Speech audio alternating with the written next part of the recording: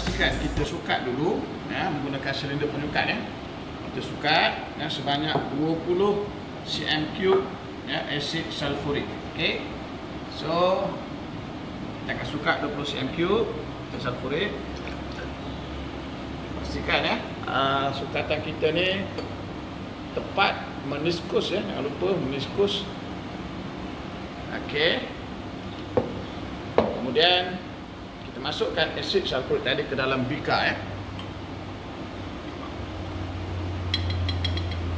Okey, kemudian kita panaskan asid sulfurik ini.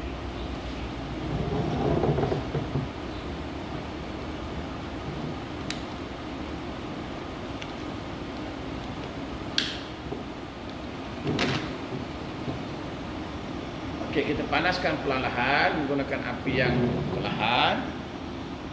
Okey. Okey. Kemudian garam yang kita nak sediakan ialah garam kuprum sulfat ya. Garam kuprum sulfat. Okey, garam jenis terlarutkan. Okey, kemudian kita ambil kuprum 2 oksida. Okey, kuprum 2 oksida.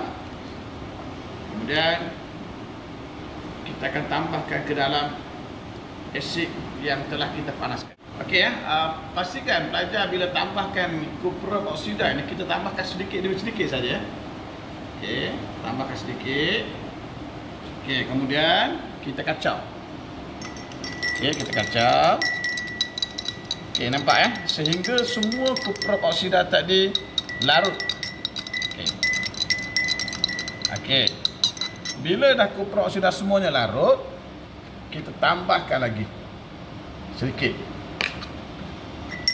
Okey, kacau lagi. Okey. Pastikan larut sekali lagi semuanya. Ya, terlarutkan. Jangan larut sekali ya, semuanya sekali lagi. Bila kuprum oksida sudah larut sekali lagi, kita tambah lagi sedikit. Ini proses kita kena buat berulang kali sehingga ya terdapat kuprum oksida yang tak larut. Okay.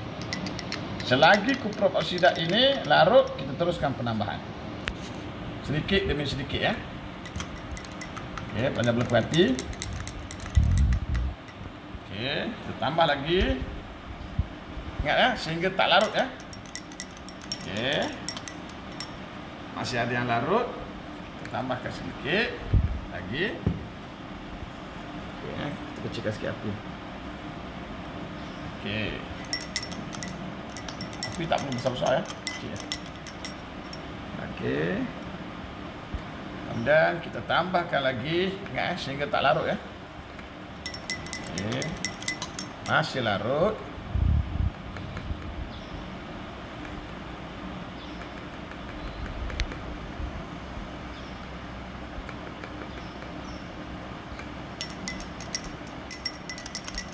Kacau sehingga dia larut semua sekali ya. Okey, dia masih larut, kita tambah lagi kuprum oksida.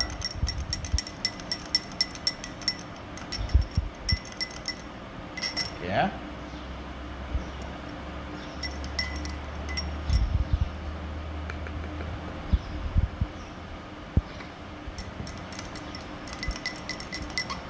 Okey. Sekarang pelajar boleh nampak ya. Terdapat kuprum oksida yang tak larut. Okey, kita matikan api. Apabila kuprum oksida tak larut, ada yang tak larut, maknanya apa ya? Maknanya asid sulfurik yang kita gunakan tadi sudah bertindak balas sepenuhnya. Baik, sekarang kita nak turaskan ya kuprum oksida yang berlebihan. Di sini tadi kita dapati bahawa ada kuprum oksida yang tak larut. So kita nak turaskan ni. Tak mau ni. Sebab kita nak garam kita kuprum sulfat sahaja. So garam kita tu garam yang terlarutkan. Okey, cara nak lipat kita turas ni macam biasalah, kita lipat 4. Okey, kemudian kita masukkan dalam corong turas ya. Baik, kemudian kita tuanglah kita punya garam tadi ya. Ini tujuan turasan ni ialah untuk kita menyingkirkan atau mengasingkan ya kuprum oksida yang tak larut tadi. So kita punya garam itu di mana? Di bawah ya. di bawah. Baik, okey, ini hasil terusan kita ni. Anda boleh tengok lah. So hasil terusan kita ni dia berwarna biru ya. Biru merujuk kepada garam ni, garam kuprum sulfat. Okey. So daripada tadi kita ada sebut kuprum ya. Sebut kuprum ni anda nampak kat dalam kuprum oksida Kuprum oksida ni warna hitam. Okey. So kuprum oksida tak balas dengan asid sulfurik, dia akan menghasilkan kuprum sulfat. Okey, kuprum sulfat ialah garam yang berwarna biru. Okey.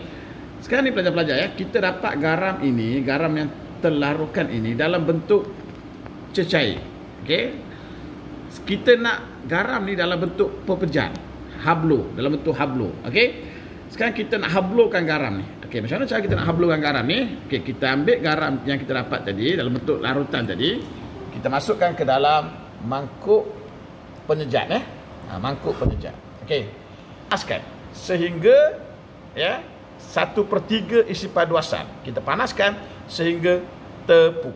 Ya, kita akan panaskan garam kuprum sulfat kita tadi ni ya dengan kuat. Untuk kita sejatkan dia. Ini kita panggil proses penghabluran ya. Untuk dapatkan garam dalam bentuk hablo, dalam bentuk pepejal ya. Jadi kita panaskan sampai mendidih sehingga 1/3 isi paduasan ataupun sehingga tepung. Okey, baik ya. Pelajar-pelajar boleh nampak ya di sini kita sudah sampai kepada ujung ya amali kita. Tengok ya. Kita akan dapati bahawa garam kuprum sulfat itu sudah mula membentuk hablo ya. Okey. So bila kita dah panaskan sampai tepu, kita akan biarkan sejuk. Okey, bila kita sejuk nanti kita akan dapat garam insya-Allah ya dalam bentuk hablo sebagaimana garam yang berada di rumah kita itulah. Ya, okey, di sini pun sudah nampak sedikit-sedikit ya. Okey, baik pelajar. Jadi inilah hasil kita, garam kita kuprum sulfat selepas kita panaskan sehingga 1/3 sepaduasal. Kemudian kita sejukkan, kita akan dapat garamnya macam inilah. Ini kita panggil dalam bentuk hablo ya. Ini kita panggil hablo kuprum sulfat. Okey. So inilah hasil ya. Jadi garam terlarutkan ni kalau kita tidak panaskan sebagaimana keadaan ini, kita akan dapat dalam bentuk larutan lah ya. Cuma kita nak dalam bentuk hablo ya. Ini dalam bentuk hablo ya.